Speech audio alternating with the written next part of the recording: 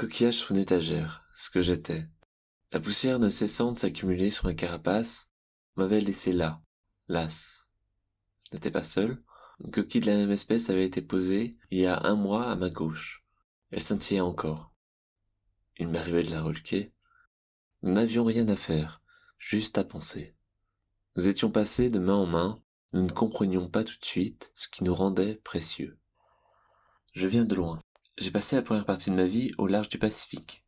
Les premières années de ma vie furent sans remous. Nous voguions, insouciants. Nous ne nous attendions pas à les rencontrer. Les bipèdes sont venus en masse explorer nos territoires. Ils ont emporté avec eux certains d'entre nous, sans explication, du Pacifique aux Caraïbes. J'ai rapidement compris que j'étais une curiosité à leurs yeux. Dans les Caraïbes, j'étais ce qu'on appelle un souvenir.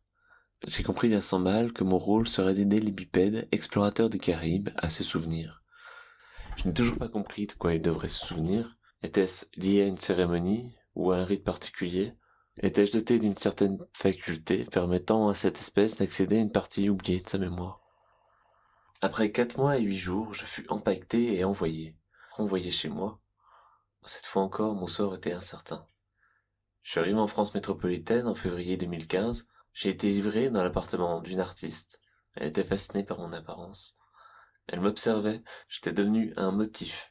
J'étais devenu une carte. Dans cet atelier, des bribes de souvenirs de ma première vie dans le récif refirent surface. Un flash soudain m'est apparu.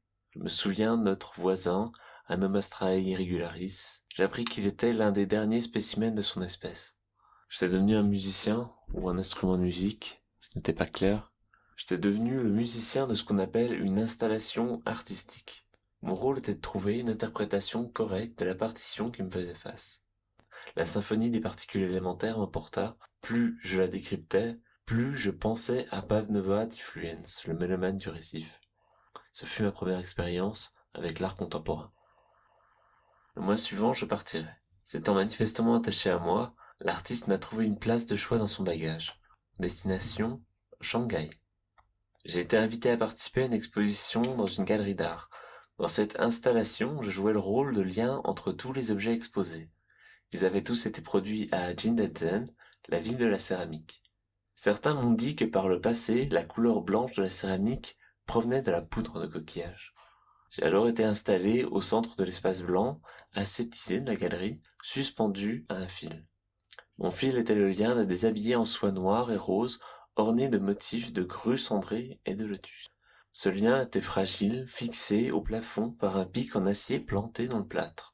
J'étais l'élément principal d'une installation titrée Baobei. Baobei est le nom affectueux que les amants se donnent habituellement. Bao, seul, signifie précieux ou trésor, et bei signifie coquille. Du haut de ma suspension bricolée, j'ai pu contempler les autres objets présents autour de moi et entrer en dialogue avec certains d'entre eux. Lors du vernissage de cette exposition, la petite pièce blanche était saturée de bipèdes. J'ai été surpris de constater que tous m'évitaient. Ils ne voulaient pas me toucher, ils ne voulaient pas me frôler, mais ils m'observaient. Je me suis longtemps demandé la raison de cette attitude. Je pense aujourd'hui, après mûre réflexion, qu'il s'agissait de la manifestation d'un certain respect, voire d'une sacralisation. C'est de l'art, c'est important, c'est fragile, c'est onéreux, c'est un symbole, c'est de la pensée.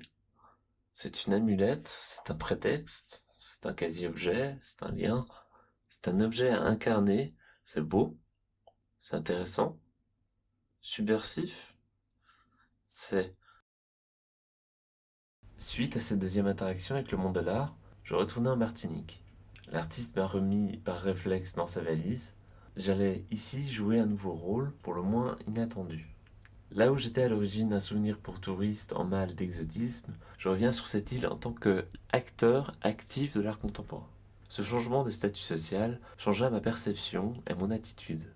J'ai été aperçu un matin de septembre 2016 sur la plage de Lens-l'Étang, encore une fois suspendu à un fil. Un homme m'utilisait tel un pendule pour sonder l'océan. J'étais touché par la qualité quasi divine qu'on m'avait attribuée. L'artiste avait depuis un certain temps en tête une citation que Newton avait écrite au crépuscule de ses jours. « Je ne sais ce que j'ai pu paraître aux yeux du monde, Mais, à mes yeux, il me semble que je n'ai été qu'un enfant jouant sur le rivage, heureux de trouver de temps à autre un galet plus lisse ou un coquillage plus beau que les autres, alors que le grand océan de la vérité s'étendait devant moi, encore inexploré. Traversée ou traverse par ces mots, elle me proposait l'expérience suivante, sonder l'océan. Je suis alors allé sur cette plage de Lens-l'Étang, j'étais accroché à un fil de lin. Un homme a maintenu ce fil de sorte que je sois aligné avec l'horizon. J'étais son pendule, il souhaitait lui aussi sonder l'océan. L'artiste a filmé cette situation incongrue. Caressant l'écume en équilibre entre le ciel et l'océan, j'ai pu ressentir les forces de l'univers me traverser. Ce fut l'expérience la plus édifiante de mon existence. Une nouvelle fois de retour à Shanghai, la captation de cette scène fut montrée lors d'une séance de projection nocturne de vidéos d'art sur un tripoteur doté d'un écran de fortune. J'ai assisté à cette projection en tant que regardeur.